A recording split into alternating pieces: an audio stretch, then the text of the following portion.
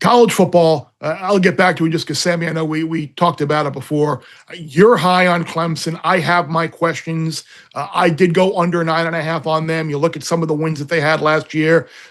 Didn't necessarily beat great teams. Lost to Louisville, blown out by Georgia. That LSU game, I think the first game of the year, is certainly a game, if they win it, the sky's the limit. But if they lose it, then I think you really are going to be rehashing the same type of year that they potentially had in 2024 all over again.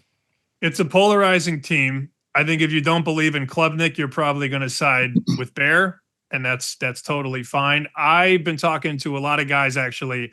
I spent most of Memorial Day talking college football, which I didn't expect. But the guys I was with that bet pretty well, they wanted to talk about two teams and two teams only. Clemson was one. And the other one I couldn't believe. These guys love Penn State. Their words, not mine. But they said this is the best team Franklin's ever had, which I don't know about feel that. like you hear that all the look. I'm just regurgitating. No, I know. I'm the baby bird. I'm regurgitating. I'm like, these are not my words. But they said the quarterback is back. Both running backs are back. Okay. They've got the money to go out and bring in other guys in NIL. These guys believe Penn State is one of the highest power-rated teams in the league. And I'm never going to be there myself. But if you look, guys, look at the market at DraftKings. To win the Big Ten, you got Ohio State on line one. Mm-hmm. Penn State and Oregon are co-second favorites. Yeah. So somebody somewhere is betting this thing on Penn State. Yeah. Sure. Okay, so look, I think Penn State, there's two discussions here, right? Can Penn State win the Big Ten? I think they're live to win the Big Ten, right? But the question is the hype deserving for the national championship? And I would say no chance on that one, right? I mean, no chance is harsh, but I would not put money on Penn State. Look, their win total is 10.5. Look at their schedule. They get Oregon week 5. It's just announced today. It's the whiteout game in week 5. Oregon's going to be on the road with Dante Moore, really in their first road game. Sorry, Northwestern, with new offense. Like, it's going to be a hard game for Oregon to win. And Penn State will be a favorite of what in that game, Sammy? 4, 5? 4.5, I was going to say. Yeah, that's fair. Yeah, and Penn State, we know if they're favorites of 7 or more, Franklin covers all those games, but we know that when he's a favorite of less than 7 or underdog, doesn't cover as much of those. So look, Penn State can certainly win that game, and they'll probably lose to Ohio State at Ohio State, and they'll win 11 games. Like, totally fair for that to happen.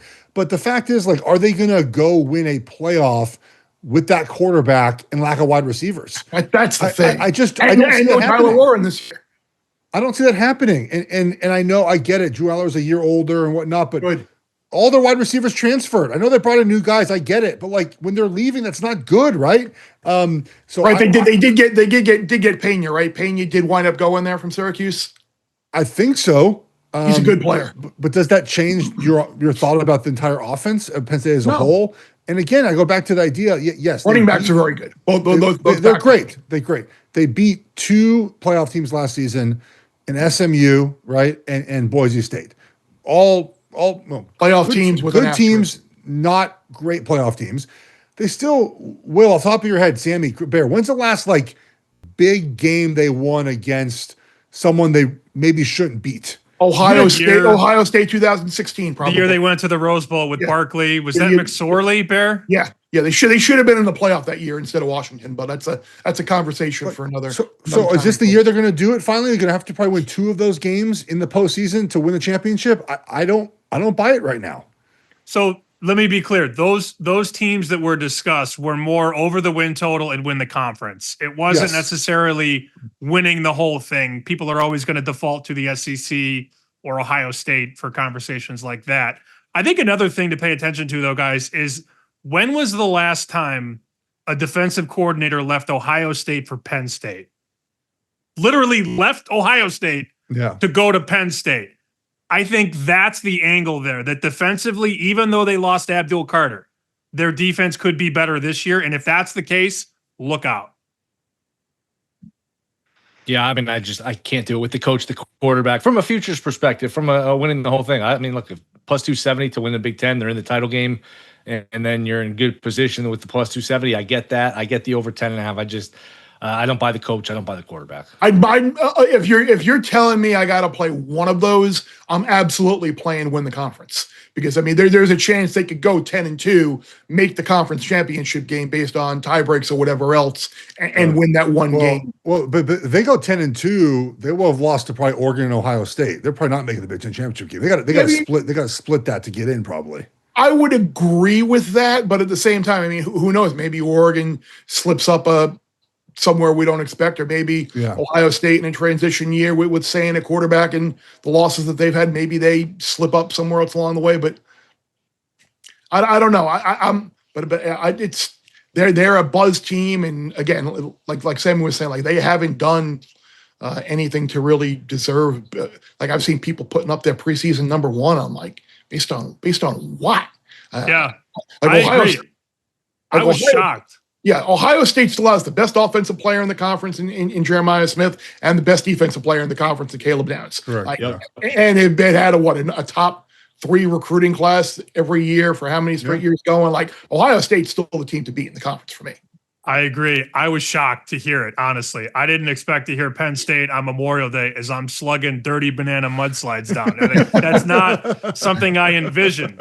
But I agree with Will. How many times can I say I? I sound like LeBron. I think I lost my train of thought now. That is a program. Found it. That is a program that wins the games, Will, it's supposed to win, and loses the games it's supposed to lose, and has been basically every year since Franklin's been there. Yeah, they're predictable in that sense. And I mean, just go back to them in a big game, Notre Dame. I thought the quarterback killed them. I thought, I didn't think they were particularly well coached. They didn't have enough guys on the field for the last trying to block the game-winning field. They're never buttoned up. I thought Ohio State last year, that was a game where they got a big lead and couldn't get off the field when they needed to. Again, that's that year. Last year, this year's this year. But maybe I'm guilty of holding that against them. But so what? I am guilty of holding that against them until they see it. Until I see it with them, I'm gonna have to believe it. Bear, do you know, because you talk to these people, the Ohio State quarterback saying, there's optimism he can be basically as good as Howard? The skill set's there, just not the experience. Is that fair? Not the experience. Supposedly pretty strong arm. He can move. Obviously, he was one of the highest recruits in the country a couple of years ago. It started initially Alabama, then went to Ohio State. I think they will be fine there at quarterback. I'm thinking about that first game now of the year, Texas going to Ohio State.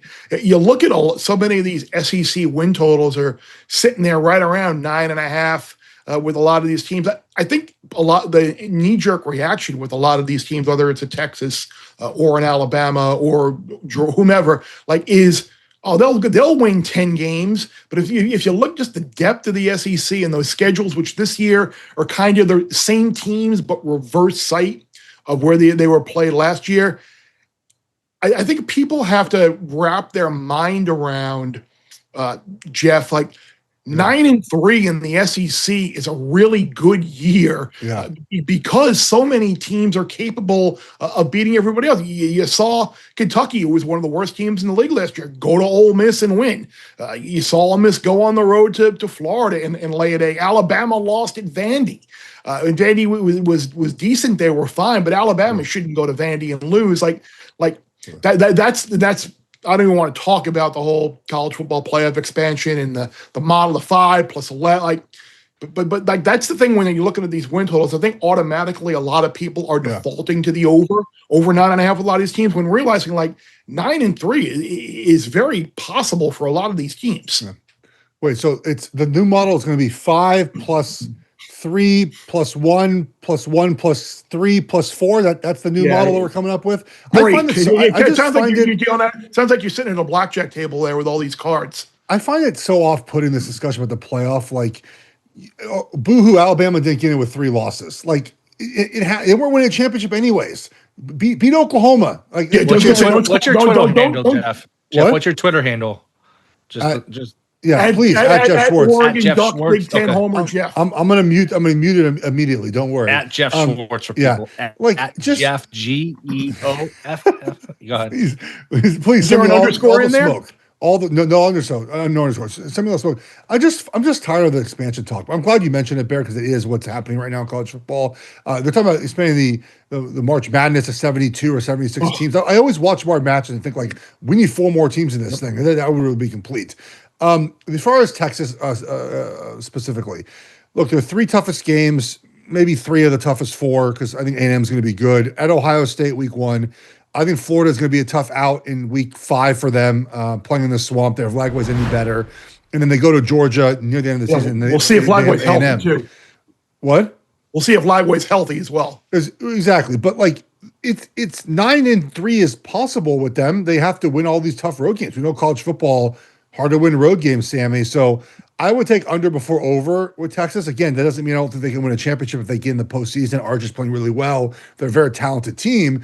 But getting there, I feel like, is with their schedule.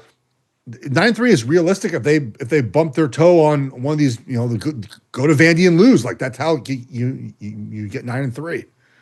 I don't think this is going to be popular in the state of Texas, but I'll say it anyways. I mean, if Sark loses that game to Arizona State and they should have lost, what are we talking about this whole offseason? And that's not the first time that a Sark team has had more talent and not won. You go to the Washington game where they're a 5-point favorite and can't beat Washington. So I'm pumping the brakes on Texas. They're good enough on defense, guys, to win 10. I think they can thrive without Arch playing at a Heisman level because of the talent they have, not only at the skill positions on offense, but that defense is loaded. You're going to have 4 NFL players on that defense this year in Texas. I think the 2 toughest teams to price, as somebody who tries to price everything, I have no idea what to do with Indiana. No idea. The win total is 8.5. I could make it 7. I could make it 9. I think it's a little too high, and they're juicing the under -140. So that's indicative of a line that's probably a little too high. And I hear such differing opinions on Carolina. Everybody knew I was going to go here. I got some guys that are saying Belichick's good enough to cover up everything. Oh, okay, I was going to say which Carolina, North or South? North Carolina. Okay. So the JORDON Carolina. So are they engaged now? What did I miss while I was gone? Does she have a rock on her finger now? I don't know. Jeff was looking into that for us. I don't know if he found anything. I haven't. I've tried. I haven't done it yet. I haven't figured it out yet. But I'll get back to you as soon as I do. So basically, Bear, you have 2 schools of thought on Carolina. Belichick is good enough to scheme up his team against a young quarterback, and he's going to figure out the adjustments at halftime. The other camp is they don't have any players, and most of the guys from last year are gone. So with all the chaos around the program, and you're basically coaching a brand new team that's never played together, there's this sentiment now that's coming out of Chapel Hill that the team just isn't good enough. There's not enough talent. I don't know which camp I'm in. I have no idea. Will, you were down there. I don't know if you were down there during spring practice or not, and reading and talking to people down there. Like, I tend to lean towards they probably are not going to be very good talent-wise this year, but they'll steal a game or 2 just because you can count on Belichick scheming something up. So, like 7.5, I think is a win total, Sammy. Yep. Yeah. I mean, what do you think with TCU week 1? I think that's a big swing game right off the top. Are they deserved favorites there? I agree with your point about the talent base.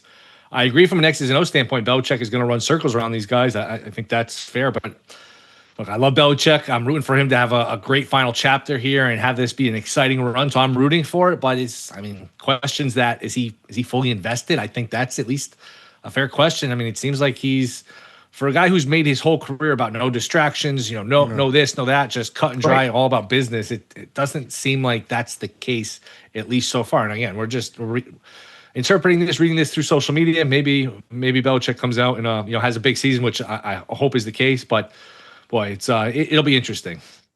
Sammy, go ahead, Jeff. I'm sorry. I was going to say, like, it's okay to just not wager North Carolina. Like, I think we could just say, hey, let's not watch wager them play a little bit, not and make see. a bet. Like, I think the answer is for all of us. Like, we don't know. We have no idea. I mean, that's what I said. I don't know Indiana or Carolina. I know it's no idea, Jeff, but Indiana, by the way, I'll tell you what, Mendoza is very good at quarterback. No one watches Cal. I get it. They're going to be, I think, talent wise, better quarterback than last year. Now they might not have the production that Rourke, but like they're going to have Mendoza is a real quarterback. So I'm not saying Rourke wasn't, but like he's really so. The Indiana, I think, is we'll see if they can have the rest of the team have the overall talent they had last season. They came out of nowhere, right? I mean, no one spent time in the offseason studying Indiana.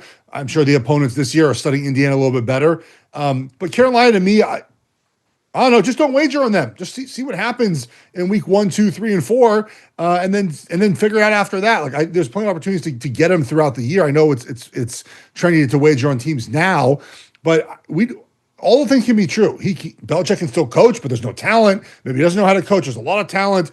Maybe look, June 1st is the magical day, right? When his buyout goes from $10 million to $1 million. That's in two days, May 29th. Could you imagine if he just packs up his ball and says like, "Hey, I'm getting married. I'm moving to the Cape or moving to Maine." I would hate that. I hope it happens. I want to see this. I want to see what happens. I'm fascinated. Absolutely. Fan, I'm fascinated by this. Absolutely. And Sammy, back to your point on Indiana about making a number on them, I think what makes it so difficult is that you got the 3 gimmies in the non-conference. Old Dominion, Indiana State, Kennesaw State. So you're going to be 3-0, and it's like, can they win like 6 games outside of that? You figure that they go to Iowa, they go to Oregon, they go to Penn State. Like that's probably 2 losses right there, Oregon and Penn State. So that means they basically got to run the table against Illinois, Michigan State, UCLA, Maryland, Wisconsin, Purdue to get to 9. So like I think that's the trouble in pricing it, because they're going to win the 3 non-conference games, but they probably do have 2 other losable games in there outside of the games potentially against Iowa, Ohio State, and Oregon.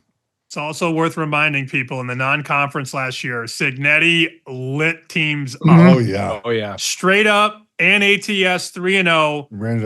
They weren't a huge favorite week 1, 31-7. Then they beat Western Illinois 77-3 and Charlotte 52-14. He lit the Sig and just hit the whole drag at once. I see what you did there. Snot out of teams. See that? Cignetti. Maybe he's one of those guys. He's a James Franklin, right? Just like blows out the bad teams. And runs numbers. You mentioned a team, Bear, that I think in the Big Ten, UCLA over 5.5 wins.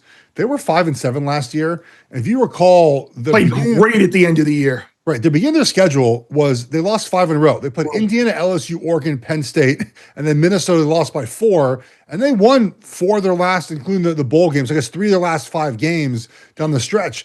They just have Penn State and Ohio State, no Michigan, no Oregon this season. A very winnable schedule. Go to Indiana, go to Michigan State, go Northwestern, play UNLV, New Mexico, Utah. So I think UCLA over 5.5 wins, kind of off the beaten path right here. A lot of people are talking UCLA right now. They might be my Rutgers this year, Sammy. All in on the Bruins as my Big Ten sleeper. Let's look back here at the SEC stuff. We were talking about that and pricing it. Like you look at LSU, people are picking LSU to potentially win the national title. Their win total is 8.5.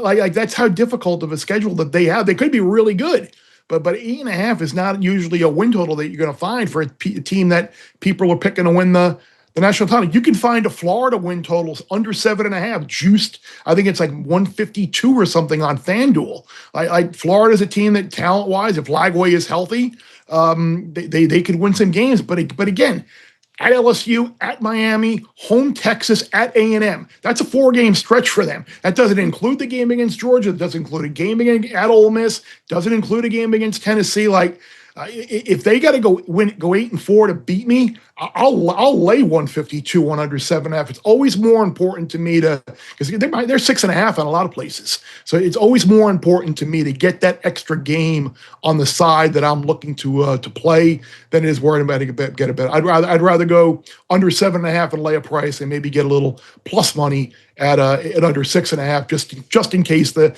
7 and 5 would beat me on the under 6.5. Bear Bets full episodes drop twice a week right here on the Bear Bets YouTube channel. Remember to subscribe to stay ahead of the odds, and let's celebrate all of our wins together.